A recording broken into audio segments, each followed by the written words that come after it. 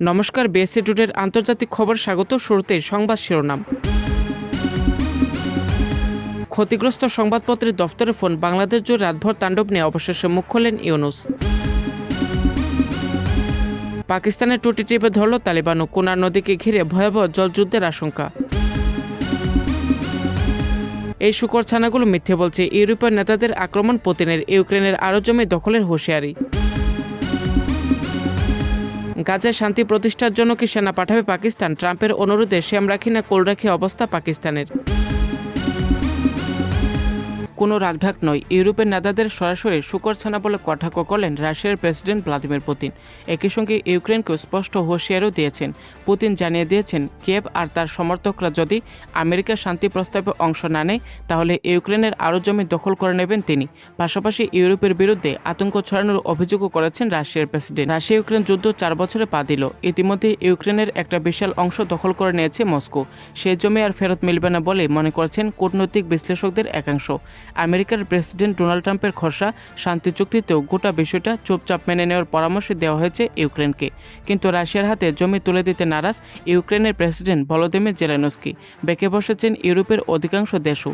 ইউক্রেনের সার্বভৌমত্বের পক্ষে সওয়াল করে তারা জানিয়েছে, মস্কোকে বেশি ছাড় দেওয়া উচিত নয়, তাহলে পুতিনের আগ্রাসন আরও বাড়তে পারে। এতেই চটেছেন পুতিন। এদিন প্রতিরক্ষা মন্ত্রকের বার্ষিক বৈঠকে ভাষণ দিতে গিয়ে ইউরোপের নেতাদের উদ্দেশ্যে কড়া হুঁশিয়ারি দিয়ে তিনি বলেন, প্রতিপক্ষ এবং তার বিদেশি পৃষ্ঠপোষকরা যদি গঠনমূলক আলোচনায় অংশ না নেয় তাহলে রাশিয়ার সামরিক পথই ঐতিহাসিক ভূমি মুক্ত করবে। কূটনৈতিক বিশ্লেষকদের একাংশের মতে এমন মন্তব্য করে সরাসরি ইউক্রেনকে বার্তা দিয়েছেন পুতিন। বোঝানোর চেষ্টা করেছেন রাশিয়া আরও যুদ্ধ তীব্র করতে পিছপা হবে না। সংবাদ সংস্থা রয়টার্সের তথ্য অনুযায়ী বর্তমানে ইউক্রেনের প্রায় 19% ভূখণ্ড রাশিয়ার দখলে রয়েছে। এর মধ্যে ক্রিমিয়া, ডনবাস, খেরসান, জাপোরিজের একটা বড় অংশের পাশাপাশি রয়েছে কিছু ছোট এলাকাও। মস্কোর দাবি এই ভূখণ্ড এখন রাশিয়ার অংশ। ইউক্রেন এতে নারাজ। আন্তর্জাতিক মহলের একটা বড় অংশের স্বীকৃতি এখনও মেলেনি। তবে পুতিন সেসবের পরোয়া করছেন না। যুদ্ধ শুরুর পর থেকে ইউক্রেনকে সব রকমভাবে পাশে থাকার আশ্বাস দিয়েছেন ইউরোপের নেতারা। একই সঙ্গে রাশিয়া আরও আগ্রাসী হয়ে কোনো নেটো দেশকে আক্রমণ চালাতে পারে বলে তাদের আশঙ্কা। এর পাল্টা জবাব দিতে গিয়ে পুতিন বলে দেন, এই শুকর ছানারা আতঙ্ক ছড়াচ্ছে। আমি বারবার বলেছি, এটা সম্পূর্ণ মিথ্যা, আজগুবি একটা ব্যাপার। ইউরোপের কোনো দেশে রাশিয়ার হামলা করার পরিকল্পিতভাবে ছড়ানো হচ্ছে, সম্পূর্ণ ইচ্ছাকৃত। চলতি মাসের শুরুতেও মার্কিন দূতের সঙ্গে গুরুত্বপূর্ণ বৈঠকে বসার আগে ইউরোপকে হুঁশিয়ারি দিয়েছিলেন পুতিন। স্পষ্ট ভাষায় জানিয়ে দিয়েছিলেন, আমরা ইউরোপের সঙ্গে যুদ্ধ চাইছি না, কিন্তু ইউরোপ যদি যুদ্ধ চায় রাশিয়া এখনই প্রস্তুত। তার দাবি, ইউরোপ শান্তি চায় না, শুধু তাই নয়, শান্তি প্রক্রিয়ার চেষ্টাকেও বাধা দিচ্ছে তারা। পাকিস্তানের জন্য আরও এক দুঃসংবাদ। চরম আর্থিক সংকটে ধুঁকতে থাকা পাকিস্তানের ঘাড়ে এবার চাপতে চলেছে জলের বিপদ। চাপাতে চলেছে পড়শি দেশ আফগানিস্তানের তালিবান সরকার। পাকিস্তানের আপত্তি উড়িয়ে কোনার নদীর জল ঘুরিয়ে নাঙ্গারহারের দারুণতা বাঁধে পাঠানোর পরিকল্পনা করছে কাবুল।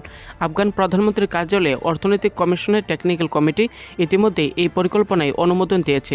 চূড়ান্ত সিদ্ধান্ত নেবে অর্থনৈতিক কমিশনই। এদিকে তালিবান সরকারের এই পদক্ষেপে কার্যত মাথায় হাত ইসলামাবাদের। কোনার নদী পাকিস্তান ও আফগানিস্তানের মধ্য দিয়ে প্রবাহিত একটি অত্যন্ত গুরুত্বপূর্ণ নদী। পাকিস্তানের সিন্ধু নদের জলপ্রবাহে বড় ভূমিকা রয়েছে এই নদীর।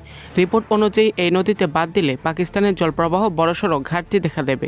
এতে পাকিস্তানের কৃষি ব্যবস্থা এবং সামগ্রিকভাবে অর্থনীতিতে ভয়াবহ প্রভাব পড়ার আশঙ্কা করছেন বিশেষজ্ঞরা। এমনিতেই পাকিস্তানের খাইবার পাখতুনখোয়া ও পাঞ্জাব প্রদেশ জলের অভাবে ধুঁকছে, তার উপরে এই বাঁধ মরার উপরে খাড়ার ঘা বলে মনে করছেন বিশেষজ্ঞরা। বিশ্লেষকদের মতে তালিবানের এই পদক্ষেপ নিছকই উন্নয়নমূলক নয়, বরং এর পিছনে রয়েছে কড়া ভূ রাজনৈতিক বার্তা। একসময় যাদের মদত দিয়ে ক্ষমতায় আসতে সাহায্য করেছিল পাকিস্তান, আর সেই তালিবানই ইসলামাবাদের মাথার কারণ হয়ে দাঁড়িয়েছে। জলবন্টন নিয়ে দুই দেশের মধ্যে কোনো আনুষ্ঠানিক চুক্তি না থাকায় পাকিস্তান এখন আন্তর্জাতিক আদালতে যাওয়ারও সুযোগ পাচ্ছে না। সব মিলিয়ে কোনার নদীর এই বাঁধ পাকিস্তানের জন্য এক বড়সড় কূটনৈতিক ও প্রাকৃতিক বিপর্যয়ের ইঙ্গিত দিচ্ছে। ইনকিলাব মঞ্চের আহ্বায়ক তথা জনপ্রিয় ছাত্রনেতা ওসমান হাদির মৃত্যুর পর বাংলাদেশে রাতভর তাণ্ডব নিয়ে অবশেষে মুখ খুললেন বাংলাদেশের অন্তর্বর্তী সরকারের প্রধান উপদেষ্টা মোহাম্মদ ইউনূস। রাতে বাংলাদেশের প্রথম সারির 2 সংবাদপত্র প্রথম আলো এবং ডেইলি স্টারের দপ্তরে ভাঙচুর চালানো হয়, আগুন লাগিয়ে দেওয়া হয় 2 ভবনে। এই ঘটনার পর রাতেই 2 সংবাদপত্রের সম্পাদকের সঙ্গে ফোনে কথা বলেছেন ইউনূস। পাশে থাকার বার্তা দিয়েছেন। শুক্রবার সকালে ইউনূসের প্রেস উইং থেকে বিবৃতি জারি করে একথা জানানো হয়েছে। ইউনূসের দপ্তরের বিবৃতি অনুযায়ী প্রথম আলোর সম্পাদক মতিউর রহমান এবং ডেইলি স্টারের সম্পাদক মাহফুজ আনামের প্রতি গভীর সমবেদনা জানিয়েছেন প্রধান উপদেষ্টা। প্রতিষ্ঠান এবং সংবাদকর্মীদের উপর হামলাকে ন্যাক্কারজনক এবং অনাকাঙ্ক্ষিত বলে উল্লেখ করেছেন। ইউনূসের কথায়, এই হামলা আমাকে গভীরভাবে ব্যাহত করেছে। এই দুঃসময়ে সরকার আপনাদের পাশে আছে। শুধু তাই নয়, বৃহস্পতিবার রাতের ঘটনাকে স্বাধীন সংবাদ মাধ্যমের উপর হামলা শামিল বলেও উল্লেখ করেছেন ইউনূস। তার মতে এর ফলে দেশের গণতান্ত্রিক অগ্রগতি এবং স্বাধীন সাংবাদিকতা বাধাপ্রাপ্ত হবে। দুটি সংবাদপত্রকে পূর্ণ নিরাপত্তা এবং সহযোগিতা দেওয়ার আশ্বাস দিয়েছেন অন্তর্বর্তী সরকার। সম্পাদকের সঙ্গে ইউনূস দেখাও করবেন। হিংসার বিরুদ্ধে দেশবাসীকে সতর্ক থাকার আহ্বান জানিয়েছেন ইউনূস। তার দপ্তর যাবতীয় ঘটনা, অগ্নিসংযোগ, ভাঙচুরের নিন্দা জানিয়েছে দ্ব্যর্থহীনভাবে। বলা হয়েছে, যারা বিশৃঙ্খলাকে পুঁজি করে এবং শান্তির পথকে উপেক্ষা করে তাদের জন্য অগ্রগতি ব্যাহত হতে দেওয়া যাবে না। বৃহস্পতিবার রাত থেকে ঘটা যাবতীয় ঘটনাকে উগ্র গোষ্ঠী দ্বারা সংগঠিত সহিংসা বলেও উল্লেখ করেছেন ইউনূসের দপ্তর। গত 12 ডিসেম্বর ঢাকায় গুলিবিদ্ধ হয়েছিলেন হাদিস। সরকারি উদ্যোগে তাকে চিকিৎসার জন্য সিঙ্গাপুরে নিয়ে যাওয়া হয়েছিল, কিন্তু মাথায় গুলি লাগায় হাদির শারীরিক পরিস্থিতি ক্রমে জটিল হচ্ছিল। 6 দিন লড়াইয়ের পর সিঙ্গাপুরের হাসপাতালে তার মৃত্যু হয়।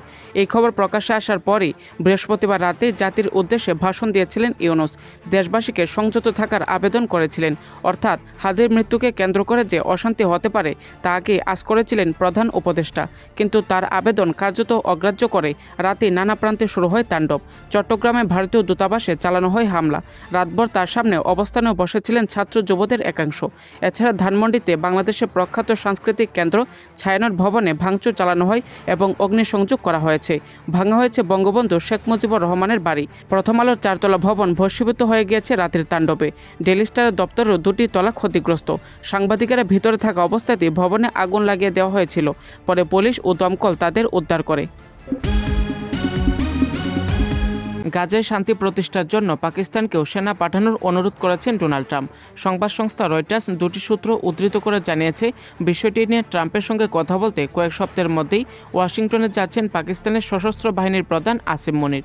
রয়টার্সের প্রতিবেদনে বলা হয়েছে, ট্রাম্পের সেনা পাঠানোর অনুরোধে ফাঁপড়ে পড়েছেন মনির, কারণ ট্রাম্প জানিয়েছে গাজার পুনর্গঠনের জন্য শান্তি সেনা পাঠাবেন তিনি।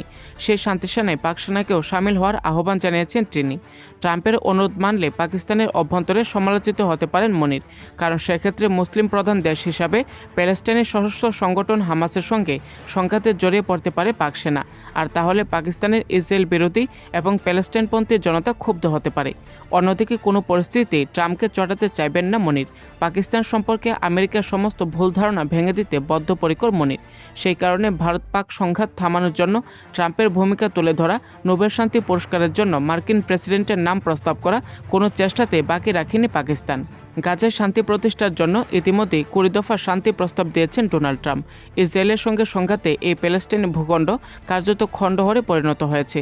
শান্তি প্রস্তাবে তাই গাজার পুনর্গঠনের প্রস্তাব দেওয়া হয়েছে। একই সঙ্গে রাজনৈতিক ক্ষমতা হস্তান্তরের কথাও বলা হয়েছে। মুসলিম প্রধান দেশগুলির আশঙ্কা, এই পরিস্থিতিতে ট্রাম্পের শান্তি সেনার সঙ্গে গাজার শাসক হামাসের সংঘাত অবধারিত। আর সেই সংঘাতে মুসলিম প্রধান দেশগুলি থাকলে সংশ্লিষ্ট দেশগুলিতে তার বিরূপ প্রতিক্রিয়া দেখা দিতে পারে। বিষয়টি সম্পর্কে সচেতন পাকিস্তানও। গত মাসে পাকিস্তানের বিদেশমন্ত্রী ইশাকদার জানিয়েছেন, গাজায় শান্তি সেনায় যোগ দেওয়ার বিষয়টি ইসলামাবাদ বিবেচনা করে দেখছে। একই সঙ্গে তিনি জানান, হামাসকে নিরস্ত্র করা পাকিস্তানের কাজ নয়। বিশেষজ্ঞদের একাংশ বলছেন, অনুরোধ না রাখলে পাকিস্তানের উপর চটে যেতে পারেন ট্রাম্প। কোনো কড়া পদক্ষেপও করে বসতে পারেন তিনি। তাই রাতে মনির কোন পথে হাঁটেন তা নিয়েই তৈরি হয়েছে কৌতূহল।